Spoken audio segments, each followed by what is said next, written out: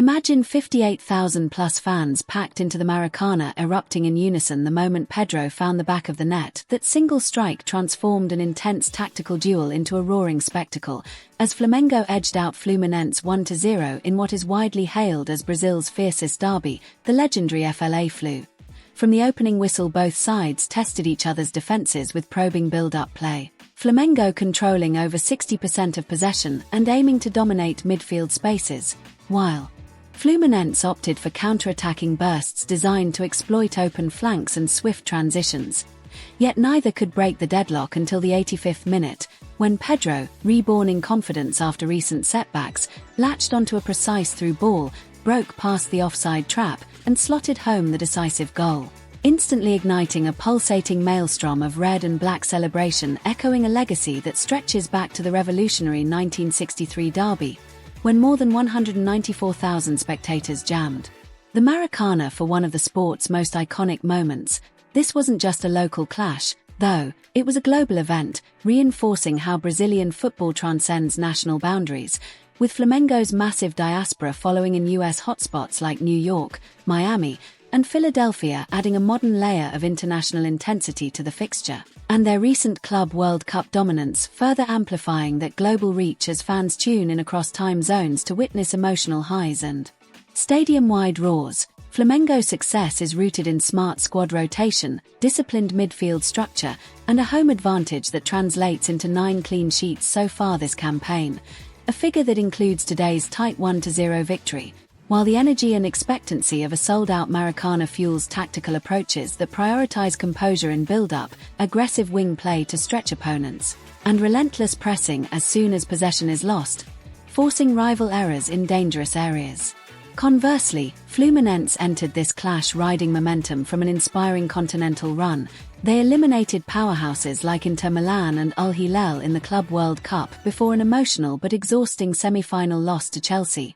But their tactical identity, shaped around swift ball circulation, pressing intensity, and transitional counterplay, ran into limitations today. Flamengo's midfield trio squeezed the lines, disrupting passing rhythms and denying their number 10 the time and space needed to unlock defenses, while wing-backs doubled as auxiliary midfielders to pin Fluminense wide attackers, effectively neutralizing their greatest weapons.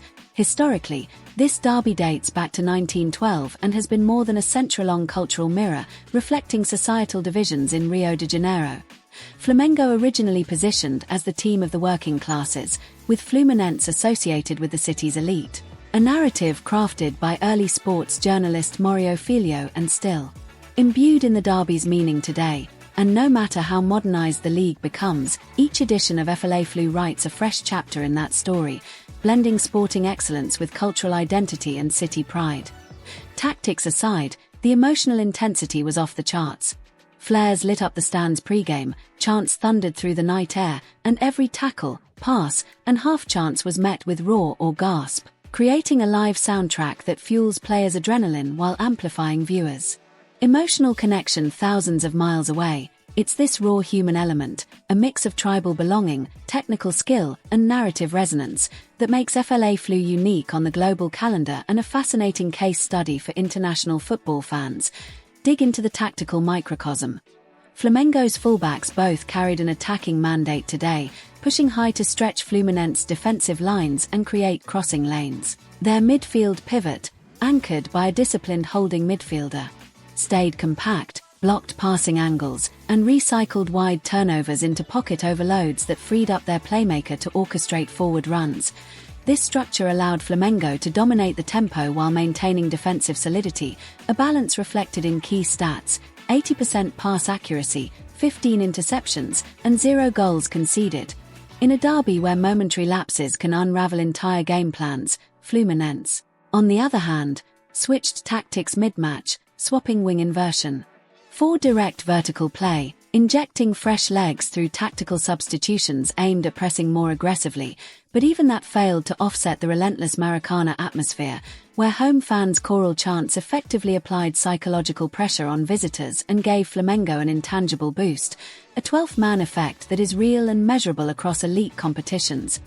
Beyond this immediate result, implications run deep. Flamengo extend their campaign in Serie A with renewed confidence. The win cementing them as title favourites, while their continental ambitions remain intact, boosted by stringing together domestic consistency with their Libertadores pedigree. Fluminense must now reassess, did their continental exertions today serve as momentum or fatigue, and retool their tactical approach to ensure their pressing systems don't get suffocated under hostile noise. Perhaps implementing early season squad rotation or resting their top pressers before key derby matches. For US viewers, this match is more than just a football game. It's a vibrant lesson in how sport intersects with culture, class identity, city pride, and global fandom. This is why it resonates with American fans everywhere, from soccer diehards to casual viewers curious about world football, because here, you don't just watch the goals, you experience the tradition, folklore, dramatic tension, and communal energy in real time. The closing moments were pure theatre. As the counterattack fizzled, the crowd held its breath, flares sparked again, and when the final whistle sounded, the eruption was seismic. Players fell to their knees, tears mixed with sweat, flags waved like ocean waves, chants continued on the pitch, and social media lit up simultaneously across continents with hashtags like #Fla Flu, #Maracanã Magic, and #FootballIsArt trending alongside reaction videos and meme highlight reels. That kind of emotional resonance fuels highlights packages sent to US cable networks, attracts elite scouts searching for talent in hostile atmospheres, and motivates other clubs to study Flamengo's template for building fan culture and competitive advantage. For both clubs, upcoming fixtures offer critical next chapters. Flamengo must defend their home fortress yet again against mid-table opposition before resuming Libertadores group play, and this derby win sets the tone for a high-stakes stretch where title pressure mounts. Fluminense, meanwhile, has a crucial away match coming up. One that will test their resilience without the emotional boost of derby atmosphere, forcing them to question whether their squad depth and tactical versatility can hold up under different pressures. Globally, this match reinforces the idea that Brazilian football still matters, and for American viewers accustomed to the NFL's raw or NBA's flash, the Fla Flu offers its own kind of spectacle. Scenes of spontaneous celebration, crowd chants that tremble through cameras, and a sense that every player on that pitch is contending with centuries of tradition and a city's collective identity. So, if that surge of adrenaline resonated with you, hit like to acknowledge this unique football theatre, drop a comment with your biggest derby moment.